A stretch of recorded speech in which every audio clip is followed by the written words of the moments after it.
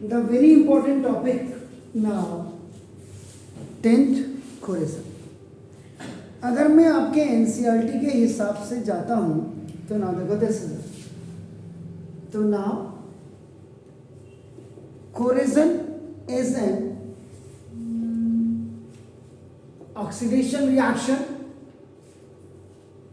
ये एक आपका ऑक्सीडेशन रिएक्शन होती है आपका, देखो ना, विथ एटमॉस्फेरिक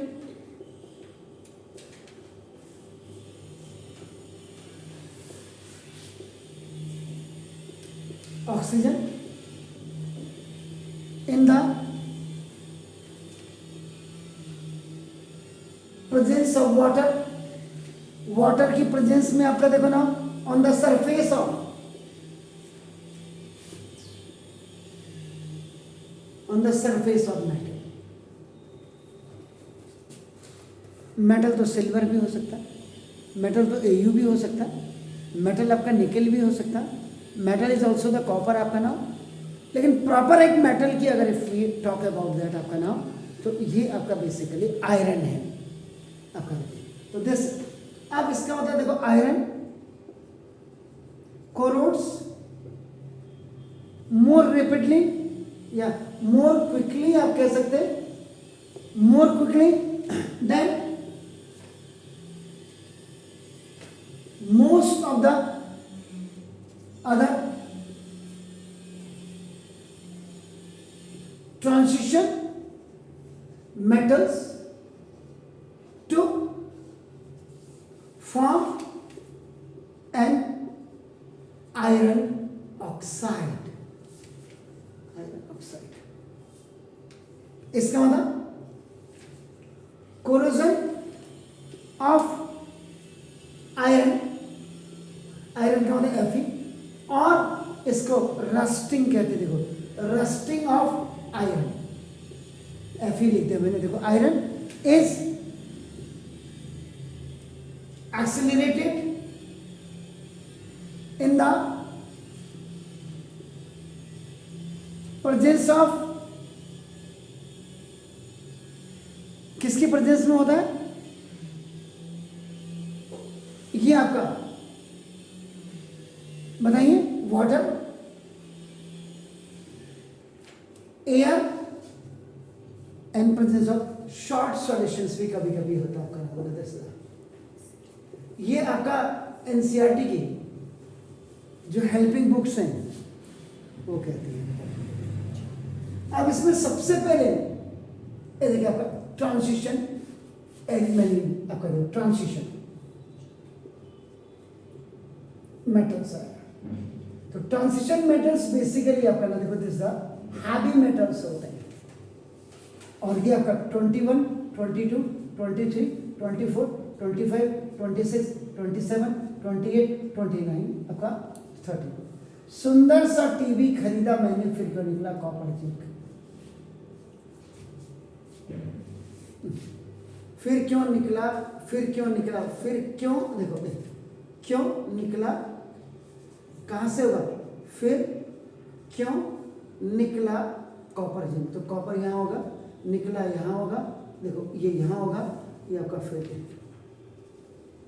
सुंदर सा टीवी खरीदा मैंने, देखो फिर तो ये जो बेसिकली जो हैवी मेटल्स हैं, ये देखिए आपका ये आपके 38 मेटल्स आपके इसमें अप्रोक्सीमेट ट्रांजिशन एलिमेंट्स में। बार बार आपको कह रहा हूं कि आप एक बार जरूर आपका नाम लॉन्ग पीरियोडिक टेबल, जब भी आप केमिस्ट्री पढ़ते हैं तो लॉन्ग पीरियोडिक टेबल आपके बिल्कुल ये आपके सामने होनी चाहिए आपका, it should be in front of you. देखो अगर आप यहाँ देखेंगे तो ये जो सुंदर सा, देखो मेरी फिंगर लगी, देखो सुंदर सा टीवी खरीदा मैंने, देखो फिर क्यों निकला कॉपर जिंक। तो ये आयरन, देखो ये जो पूरी आप देख रहे हैं, देखो सुंदर सा टीवी, ये नीचे देखो ये this one you are looking आपका, देखो ना these all are transition elements के सारे।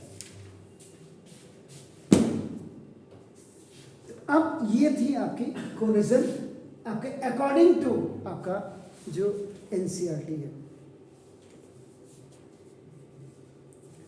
वैसे अगर सिंपल लैंग्वेज में अगर आपका कोई पूछे तो the eating up of metal, और देखिए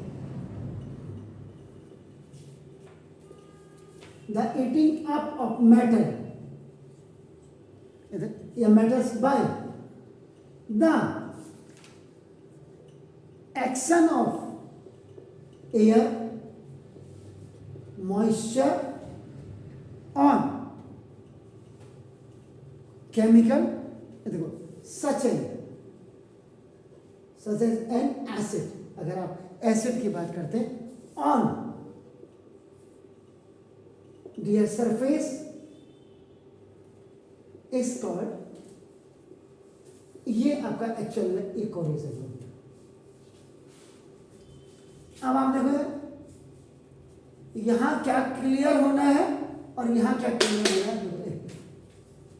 अगर somebody will ask that, तो आपका ये होना चाहिए आपका, ना देखो इसका मतलब most of the metal corrode when they all kept exposed to damp air.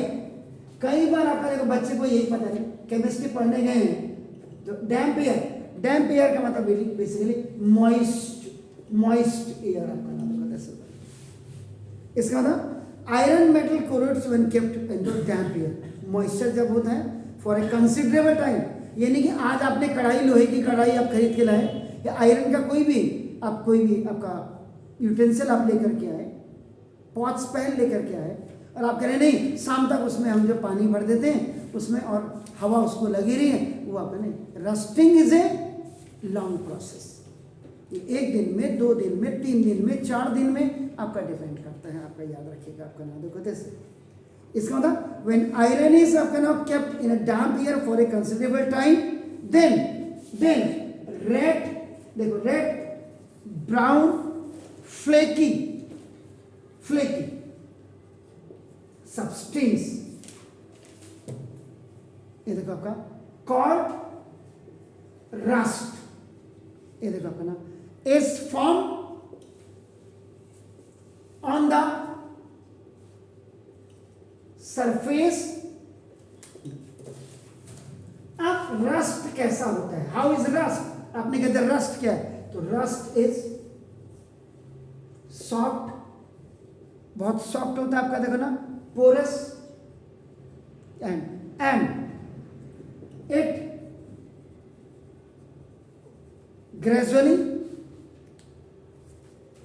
False off, देखो falls off from the surface of iron object.